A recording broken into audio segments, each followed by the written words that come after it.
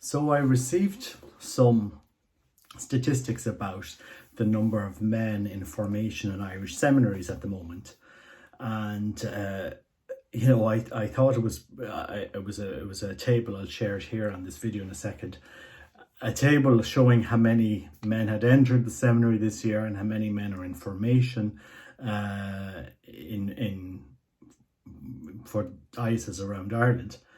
And something that was really shocking was the fact that the largest diocese in Ireland, the Diocese of Dublin, hasn't a single man in seminary in formation at all.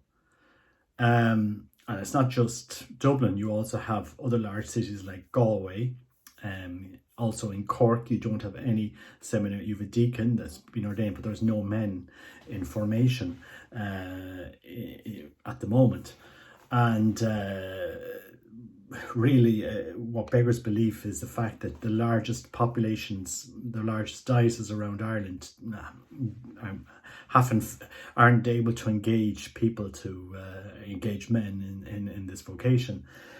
So I was just thinking about the fact that in this post-Catholic Ireland how far we've fallen, and I thought I'd just compare some statistics so that people can get an idea, because at the end of the day, we declared Ireland to still be a Catholic country, and we have 4.5 million Catholics on our books. And we talk about the 2021 Irish Catholic Directory. If we look at Dublin, we have 454 primary schools and 182 secondary schools. We have 328 diocesan priests, and we have 687 clerical priests from religious congregations. So well over 1,000 priests in Dublin. This is what's being published here. We have a Catholic population of the Diocese of Dublin of 1,093,000 people. So this is a very big diocese, and not to have a single man that is willing to give his life for the priesthood out of that large diocese does drive some questions. So I thought I'd just compare the Diocese of Dublin, which has a Catholic population of 1.09 million people. Compare the Diocese of Dublin with, for example, an organisation like the Society of St. Pius X, which has no canonical status in the Church yet. Does have they do have faculties from Pope Francis. And the reason why I'm comparing the Diocese of Dublin to the Society of St. Pius X is because, if you look back at what Archbishop Lefebvre was saying, and I just want to be clear here, I'm not a Society of St. Pius X member, not that the laity are members, but I'm not somebody who would say defend them as such, but I'm very friendly with them. I admire them, and I admire the stance of defending the faith that Archbishop Lefebvre had, simply given how the state of affairs have occurred over the last 30 years since he died.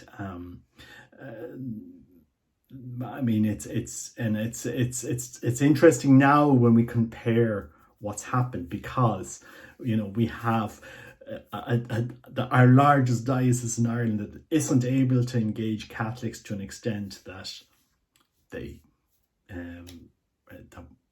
even one man in the last 7 years is willing to take the step of going into the seminary. And yes, you have this group of priests founded by Archbishop Lefebvre, who don't have 1 million Catholics going to Mass. They have about 600,000 Catholics going to Mass, but yet they're able to have a seminary of 180 plus seminarians. So if you look at the statistics here, guys, something is seriously wrong. Seriously wrong. I mean, just on the if we look at I'm just going to lay out some statistics here so that we can compare the Society of St. Pius X with the Diocese of Dublin. And in theory, the Diocese of Dublin has, all of the support of the church. It's canonical diocese. The Archbishop has been appointed by Pope Francis. They should have more funds and so forth. There's a bigger population of Catholics there. So let's talk about population here. According to what the bishops have issued, there are 1.93 million Catholics in the Diocese of Dublin. According to the Society of St. Pius X's own website, there are 600,000 people going to Society of St. Pius X chapels around the world. Now, I think that's a bit low. I would have thought it would be higher, but look, we're just going to go what officially has been said, So the Diocese of Dublin has 40% more Catholics than the Society of St. Pius X has. Priests, between diocesan and clerical, you have 1,015 priests in Dublin. I would say there's a large majority of those are elderly and retired. So I would guess you're looking at about 500 active priests in the Diocese of Dublin. I can only go by what's written. It's in the directory. The Society of St. Pius X has 590 priests. Seminarians in training. There are no seminarians in training for the Diocese of Dublin. Society of St. Pius X has 187 seminarians in training. Schools. This is incredible when you think about it. Schools operated in the Diocese of Dublin. You have 636 schools in the Diocese of Dublin, Catholic schools, according to the directory here. The Society of St. Pius X has 105 schools all around the world. Chapels, you have 247 chapels in Dublin. The Society of St. Pius X has double that, has 558. So, just comparing these two statistics here, because in theory, the advantages that the Diocese of Dublin has should favour, the Catholic faith. But what we've seen here, and I've seen this, I used to live in Dublin 20 years ago in Lucan, I could see even then, things were pretty bad. And it doesn't seem like they've got much better at the moment. The reality is, even though they say there's 1 million Catholic population in Dublin, you have less than 80,000 Catholics going to Mass in any given week in Dublin. This is quite an incredible thing to think about. If you think about who are the active Catholics that go to Mass on a weekly basis in Dublin, you have at most 10% of the Catholic population, between 80 and 100,000 people, which is why, there are half the number of chapels needed in Dublin to cope for that mass going population. And I suppose I'm just making this comparison here, guys, so that people can understand that there is a crisis in the church. There's a crisis of faith. We either believe or we don't believe. We either fight for our faith or we don't fight for our faith. Because what we're doing at the moment is not doing the faith any justice. It's not doing our Lord any justice. We're neither hot nor cold. We've become an NGO. Like what is the purpose of the Dublin Diocese that they cannot get? They cannot engage one man, the whole diocese, to enter a seminary. One. Where is the passion for the faith? Where's the prayer? Where's their adoration? Where is that love for the faith? We either delve into it and love the faith, or we walk away And I know that's hard to say, but there's no middle ground here, guys. We either believe or we don't believe. And the worst thing we can do is act like we're believing, but in reality not believing, not pushing our back to this mission, not trying to revive the faith in Ireland. And I just think comparing those two groups, comparing the Diocese of Dublin, which has well-established diocese, has more than one bishop, has double the number of priests than the Society of St. Pius X, has 6 times more schools, and yet is not able to engage even one man to become a priest. And that's telling. That's seriously, telling. And it's not just Dublin. We have Galway here. No priests in training. And we have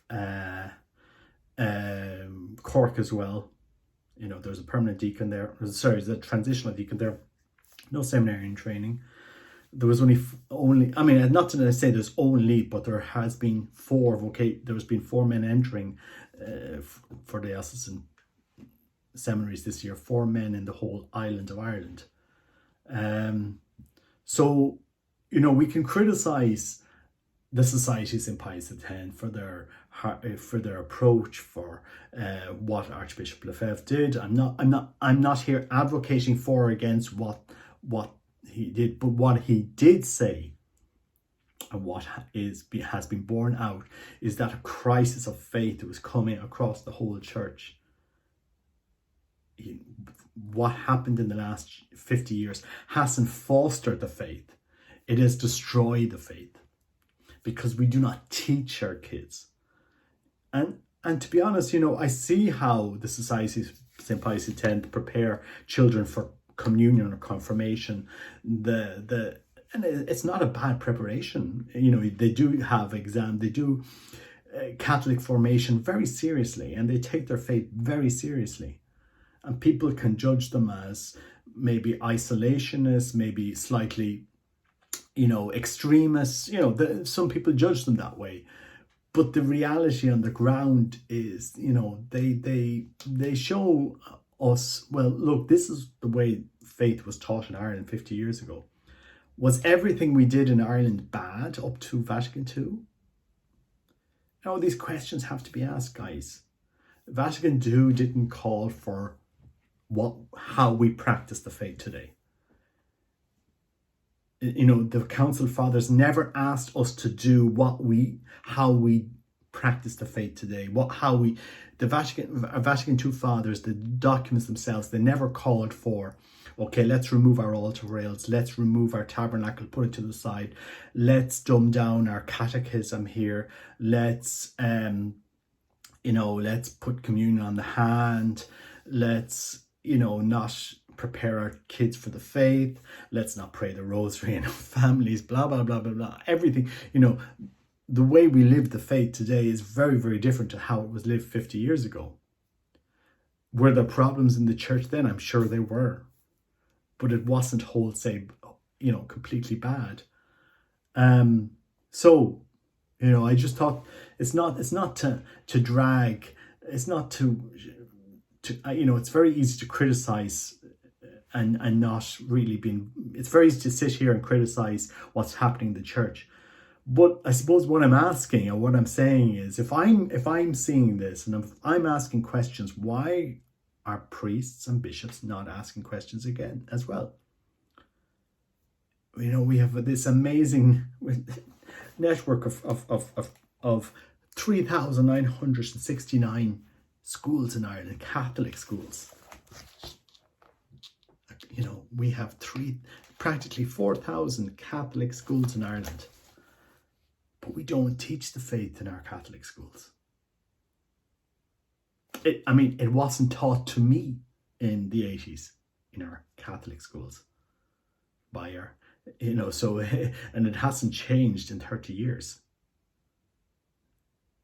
How do we engage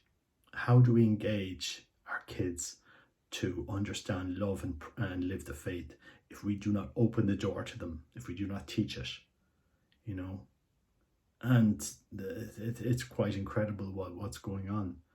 And men that are thinking about the priesthood today are thinking hard where they want to go. They're not going to dioceses. They're going to religious orders. They're going to traditional orders. And I suppose the big elephant in the room here, guys, bishops, priests, Ireland, the big elephant in the room here is today in Ireland, this year, more men entered traditional Latin Mass communities in their seminaries than they went to all of the dioceses around Ireland. Think about it. Why does tradition attract men, but our dioceses cannot attract men? Because if you look around Ireland today, what is the role, what is the mission of the priest in Irish church today? What is he called to do? You know, what does he do? You know, we've seen in the last year, the essential mission of a priest is the sacraments, confession, Eucharist, you know.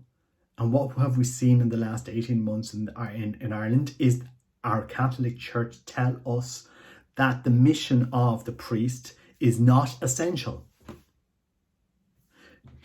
You know, you could, workers who went to the Guinness factories, to the Tato factories, to the Coca-Cola factories, to all of these factories that gave us our junk food and our alcohol, they were essential. You know, nurses were essential, doctors were essential.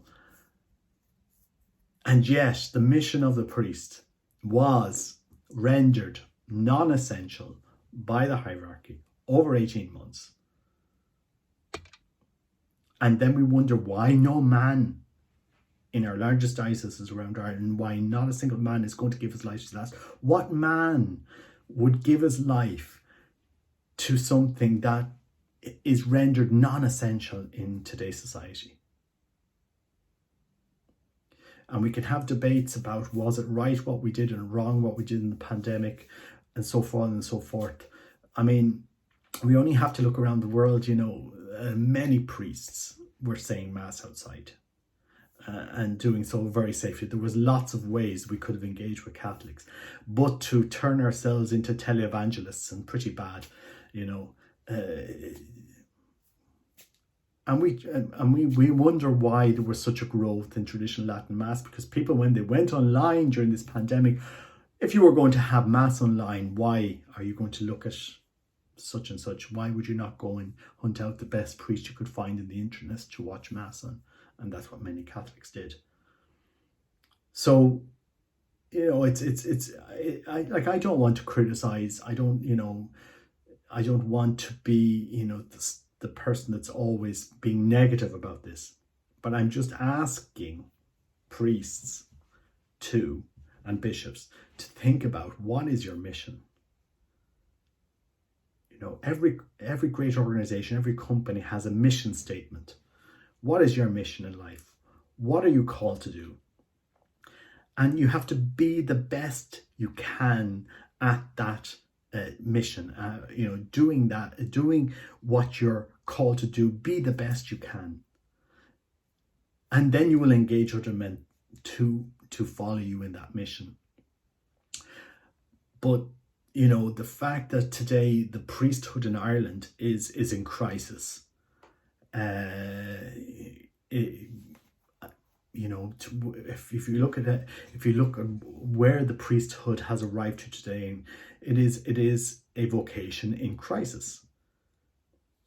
I mean, I personally have spoken to many men who are considering the priesthood, and I've told them, you know, don't go to the diocese for formation, because you're going to be left on your own. You know, I do not think, you know, if you look around the network around Ireland of many diocesan priests living on their own, where is the communities? Where are the supports and so forth? You know, I think that's why you see so many men now, for example, going to the Dominicans in Ireland, which consistently have vocations every year, because you have a community of men that are focused on a mission, and that they're there to support and form each other. And that's what the priesthood needs. To go into a seminary for 6 or 7 years and then to end up living on your own, that isn't how the early apostles lived, or early Christians lived. You know, our faith should be lived in community. And one of the great things about, for example, the Societies of Pius X, for example, is they have a community. They have priories. They have the priests living together, supporting each other. And we need this in the church. So I'm just, curious as to, where we'll go in the future with this. If you keep doing, if the Irish church keeps doing what they're doing today, and they expect different results, that is a sign of madness, to be honest. What we have been doing in the Catholic Church over the last 40 years hasn't delivered on any level. If you were to have your key performance indicators in place, saying, okay, well, look, is Mass attendance up? No. Are vocations up? No. Is our donations up? No. So what are we going to do? Nothing? Or keep doing the same? You're never going to have any different results. And, this is where the Irish Church needs to have a hard examination. You cannot engage people the way you're teaching the faith at the moment. The faith has to be taught in community. We need to return to prayer. We need to teach our children how to pray. We need to bring them to Mass. We need to offer sacraments in the school. What's the point in having a Catholic school if the sacraments are never offered? If children don't go to Mass, don't go to confession. So the future of the Catholic faith in Ireland is opening the doors to grace, to Christ, to allowing ourselves to have that encounter with Christ, to have that encounter in grace. That is the only way you will engage.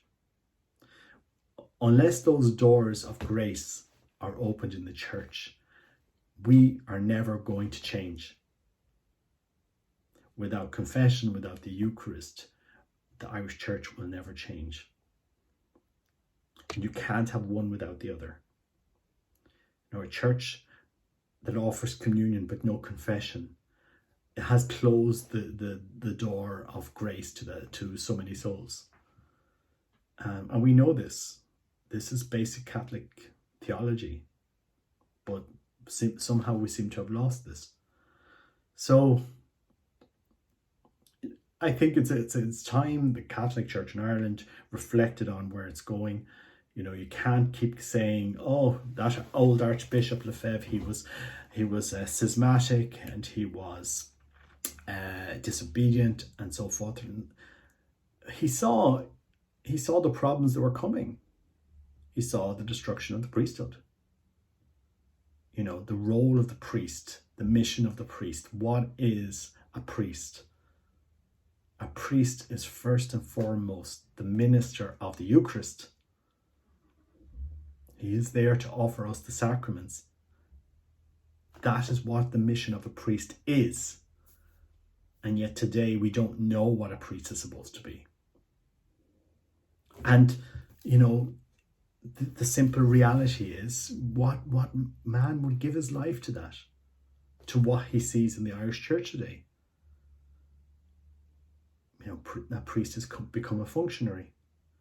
And when the biggest crisis in the last 50 years hits Ireland, the mission of the priest to be there with the people, to offer the sacraments, that essential mission of the priest was rendered non-essential. And now we're wondering, okay, well, why won't men give their life to this? Why won't they come forward in the diocese? I mean, and it's telling in Dublin. In theory in Dublin, if you were to compare it, in theory in Dublin, if you did have 1 million Catholics in Dublin, like on the same level as those Catholics that go to Society of St. Pius X chapels. If you had 1 million Catholics, you would have 500 seminarians. But for some reason, we're not able to even engage one. Over 6 years, the seminary formation is what, 6 years now, 7 years, and there's not even one man at any level of formation for the Diocese of Dublin. And somehow Archbishop Lefebvre was the problem. Was he in the church?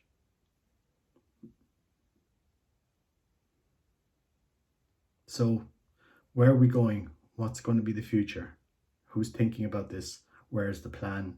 What's going to change? Or are we going to continue with this madness of doing the same thing year after year and expecting different results? So I think, everyone needs to take responsibility, and we need to pray, but we need to have a plan as to what's going to change. Either we offer the faith, either we teach the faith to our kids, or we close shop. There's no point in giving what we're giving today, which is a halfway house, which doesn't open the doors to grace in people's souls, because we don't teach it. I wasn't taught it. In the 80s, what we were taught was this post-Vatican II, which was 20 years 20 years after the Novus Ordo. What was it we were taught? That's why most of my generation doesn't go to mass, because we don't know. We didn't know. We weren't taught. And it hasn't improved in Ireland. And my kids tell me the same thing. I see what's happening in Ireland is the same. So, where are we going? Challenge to the Diocese of Dublin. If you want to change, you need to have a plan in place. You cannot continue to do the same thing again, because it's going to give you the same results or even worse every year. My thoughts. Take care. Bye-bye.